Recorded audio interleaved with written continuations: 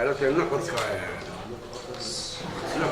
شركة جرايد وتعيد ضياش ورشيقان وزير كبيرها محمد كاهني عايش شاقان هوي هالك رشيس بلغو قاري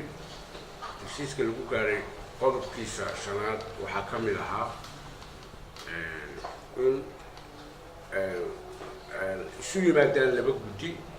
قدي كترسن قدي قول هذا حكومته أما الدولة الصومالية يخاطبوا أي بس تبان كذا برعون سوي مادان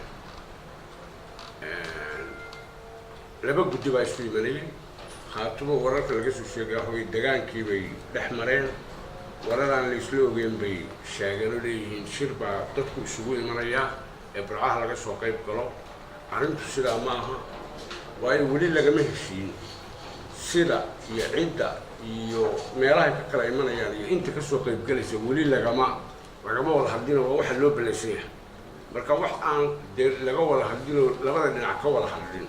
hadii dhinac fidiyo waxay noqonaysaa wax ku keeni kara carqalad geedi socodka shirkaas Maxamed sheego Afrika dib looga dhigay waxay isugu imanayaan labada guddi oo